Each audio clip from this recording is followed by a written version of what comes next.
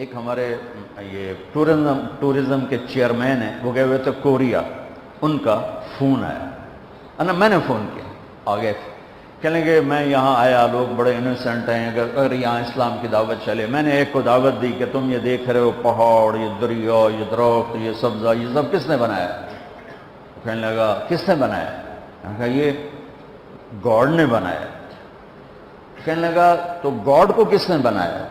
تو کہا پھر مجھے اس کا جواب نہیں آیا، تو مجھے آپ کا خیال آیا، آپ ہوتے تو کوئی اس کا کوئی جواب ہوتا۔ میں نے کہا اس کا جواب تو گاڈ کے اندر موجود ہے۔ لفظ گاڈ اس ہستی پر بولا جاتا ہے جسے کسی نے نہ بنایا۔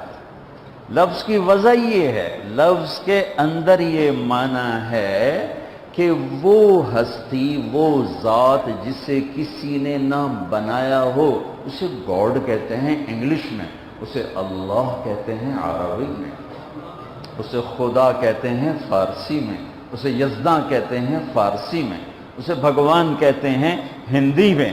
جسے کسی نے نہ بنایا ہو وہ اللہ ہے۔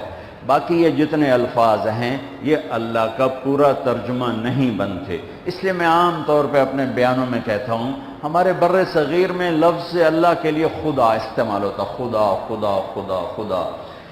میں یہ کہا کرتا ہوں کہ اللہ کا ترجمہ صرف اللہ سے ہوتا ہے، لہٰذا خدا کی بجائے اللہ کہا کرو، اللہ کہا کرو، کہو اللہ۔ آسمان تک نور پھیل گیا ہے، آسمان نہیں عرشوں تک نور پھیل گیا ہے۔ وہ ذات جسے کسی نے نہ بنایا ہو اس کا نام ہے اللہ۔ جس نے سب کچھ بنایا اس کا نام ہے اللہ۔ جس نے کسی چیز کو اٹھایا، جس نے کسی چیز کو بچھایا، کسی کو بہایا، کسی کو گاڑ دیا، کسی کو اڑا دیا، کسی کو دبا دیا، کسی کو مار دیا، کسی کو پرواز دے دی، کسی کو پستی دے دی، کسی کو بلندی دے دی، اس کا نام ہے اللہ۔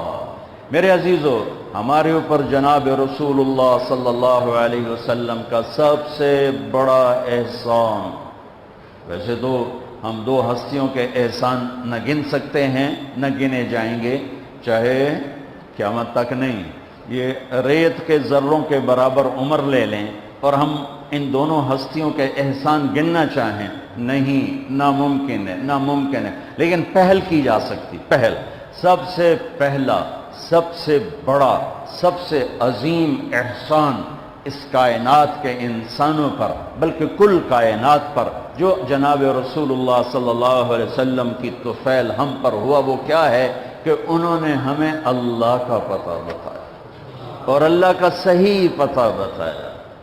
کیونکہ ہر مذہب وحدانیت کی دعوت دیتا ہے، جب اس میں بگاڑ پیدا ہوتا ہے تو نظریات بدل جاتے ہیں۔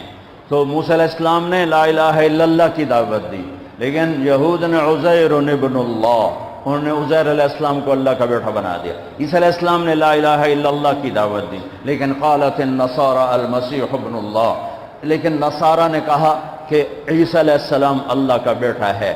ہمارے نبی پاک صلی اللہ علیہ وسلم نے ساری شرک کی جڑیں کاٹ کر اور ایک اللہ کو 3 آیات 4 آیات میں اتنے خوبصورت انداز میں بیان کیا، قل هو اللہ احد اللہ الصمد لم یلد ولم یولد ولم یکن له کفوا احد، اسے اللہ کہتے ہیں۔ میرے حبیب نے بتائیے، اس کے پیچھے کو واقعہ ہے۔ قریش آ کر کہنے لگے انصب لنا ربک، انصب لنا ربک، اپنے رب کا کوئی عطا پتہ بتاؤ، کوئی پیڑھی بتاؤ، کوئی نسب بتاؤ۔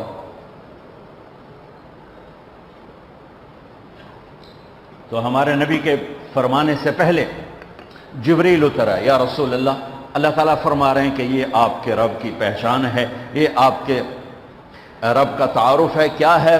قل هو اللہ احد، انہیں بتاؤ وہ اللہ ہے۔ وہ کیسا ہے؟ احد، واحد کسے کہیں؟ جس کا شریک کوئی نہ ہو۔ احد کسے کہیں؟ جس جیسا کوئی نہ ہو۔ وہ کیسا ہے؟ احد، اس جیسا کوئی نہیں۔ وہ کیسا ہے؟ اللہ الصمد، سب اس کے محتاج ہیں، وہ کسی کا محتاج نہیں۔ وہ کیسا ہے؟ لم یلد، کسی کا باپ نہیں۔ وہ کیسا ہے؟ لم یولد، کسی کا بیٹا نہیں۔ وہ کیسا ہے؟ ولم یکن لہ کفوا احد، کوئی اس کا ہمسر نہیں۔ هل تعلم لہ سمیہ، ہے کوئی زمین آسمان میں تیرے اللہ